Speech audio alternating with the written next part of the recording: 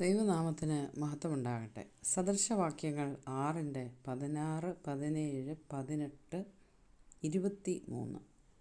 6 കാര്യം യഹോവ വെറുക്കുന്നു, 7 കാര്യം അവന് അറപ്പാകുന്നു: ഗർവമുള്ള കണ്ണും വ്യാജമുള്ള നാവും, കുറ്റമില്ലാത്ത രക്തം ചൊരിയുന്ന കൈയും, ദുരുപായം നിരൂപിക്കുന്ന ഹൃദയവും, ദോഷത്തിന് ബദ്ധപ്പെട്ട് ഓടുന്ന കാലും, ഭോഷ്ക് പറയുന്ന കള്ളസാക്ഷിയും, സഹോദരന്മാരുടെ ഇടയിൽ വഴക്കുണ്ടാക്കുന്നവനും തന്നെ.